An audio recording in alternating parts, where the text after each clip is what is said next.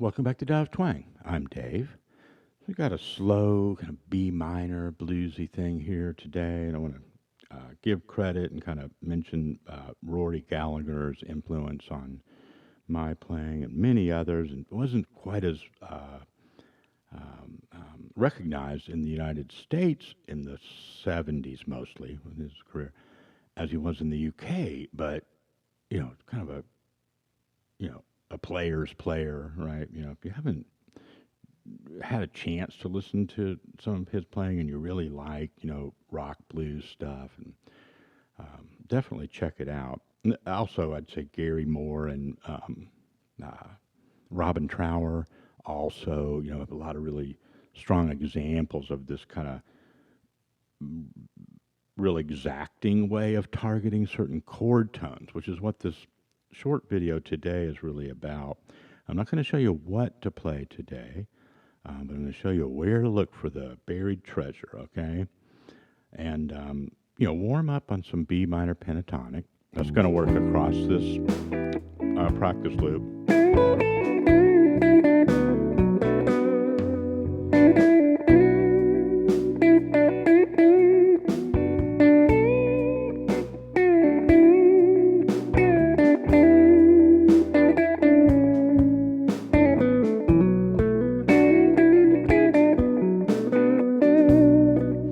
Okay, so started off with some B minor pentatonic stuff. Whatever you're doing will work out. And then there at the end there, when it went to that E minor and then that A. Okay, so our progression is B minor and it holds that a couple measures. And then E minor, A, back to the B minor, okay? So let's start with some chord tones here. Now, if you watch this channel with any frequency, you know that I love the fifth. So what's our fifth? I'm just always looking for the fifth. It's like the root for me. The root and the fifth are inseparable for me. When I start, I'm like, what key are we playing in? Okay, B minor, or what chord does it start on? B minor, got it. One of the first things I'm going to do is start looking to land on the fifth. So if I go,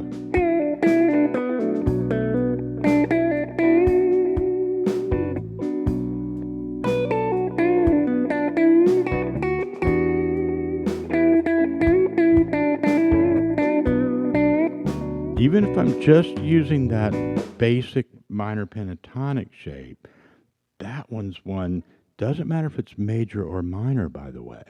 Maybe that's why I like the fifth so much.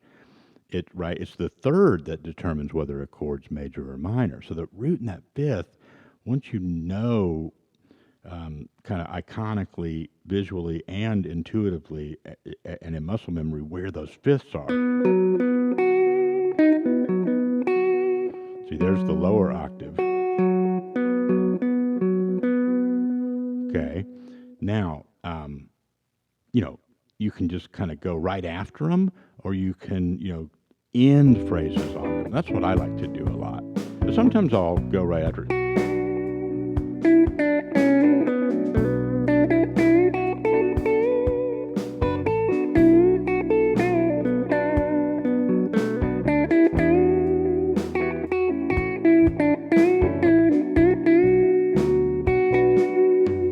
All right. So when you bend that one, you're reaching that same note. The note for the fifth for B, any B triad, is F sharp. So that's a good plan for our B minor. We know where the fifth is, and the third right there, the minor third. So there's a nice little grouping for a triad.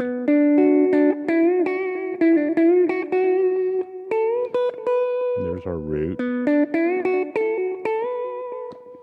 Right, so bending up to the fifth, flat seven, bend that up to the fifth, or to the root, sorry. So just using roots and fifths, you're going to be able to play any blues jam using minor pentatonic. It's going to come out good. Now, when it goes to these other chords, we want to look for some chord tones for those too. We start with the fifth.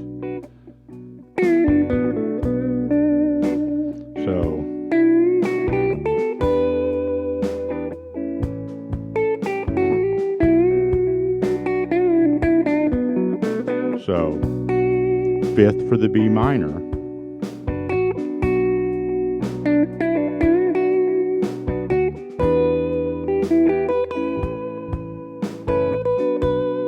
All right, I didn't change anything for the A there, but for the E minor triad, there's a nice little grouping for that.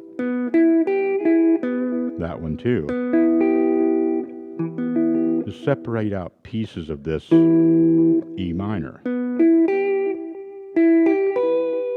So that's your fifth. Right there. The note is B. All right. That's kind of cool because it's the root of our main chord. So that's going to fit in for sure. So we could do the same thing for A. Now, remember, if you're using the bar chord that's rooted on the sixth string down here, doesn't matter if it's major or minor, the relationship's still going to be the same. So you got,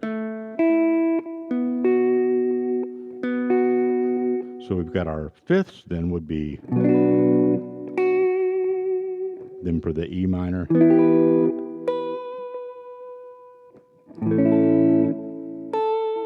or sorry, that's the root.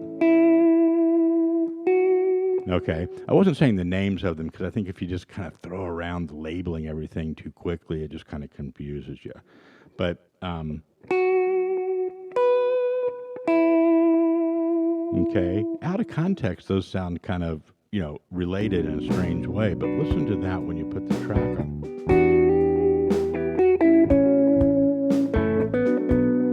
I had to get my bearings. So right here, was it fifth for B minor?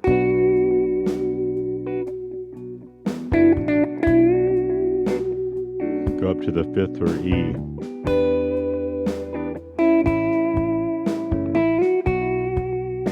Now those notes sound great, right?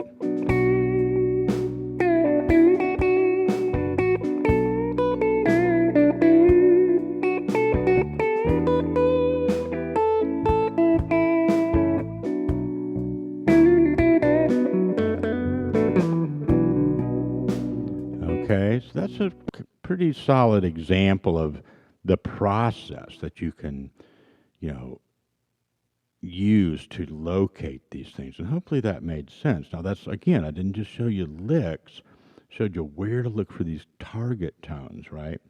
And in that intro, and I'm going to show you this real quick, this is going to be the last little technical piece of this, is looking for the thirds, okay? So again, get those triads. See if we got,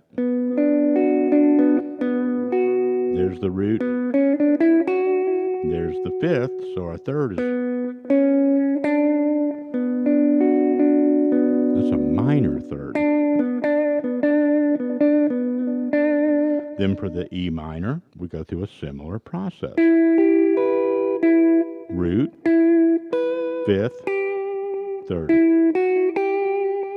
That's going to sound good over that E minor. And then, now that's a major third. So you really want to get used to recognizing with your ear and with your shapes what those intervals are. But don't, beat yourself up too bad with the memorization. Just use it in a simple musical approach to improvisation. So if we go after the thirds,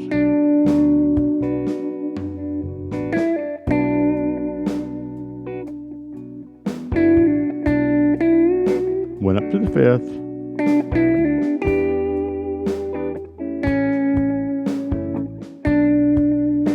okay, so fifths.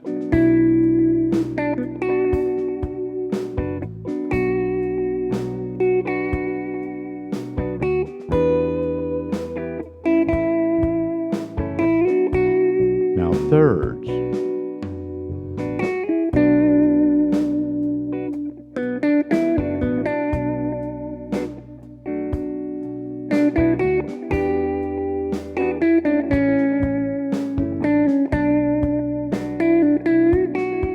putting it together.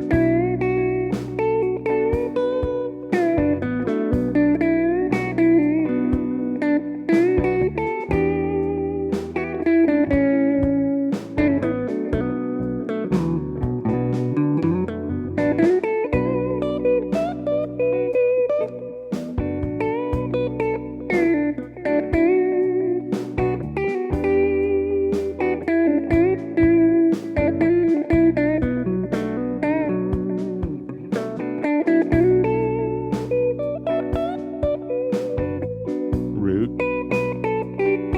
fifth,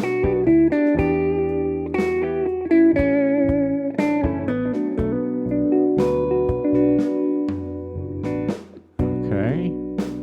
I know this one's a little loose, you got to do some work on this, but go through it a couple times and what I showed you, that's where to look for the stuff.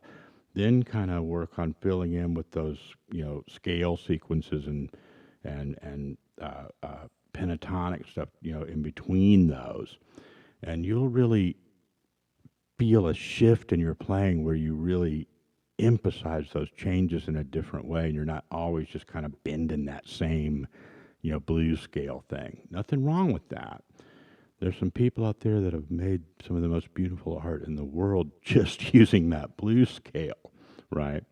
But when you hear that, the style of some of those players that I mentioned earlier, and you're like, oh man, that note just sounds so right. Often that's what they're doing. So they're tracking down a fifth or a seventh or a third and really landing on that in just the sweetest way you can within that musical context. And boy, it really feels good when you whether it's luck or whether it's organized chaos, but you got a system, man. When you hit those notes, you know it, and it stays with you, and your hand and your body and your musical self remembers that forever. And that's really cool. And it'll keep showing up over and over in your playing. So let's get you to the practice loop. Let me know how you do with this one. Take it easy.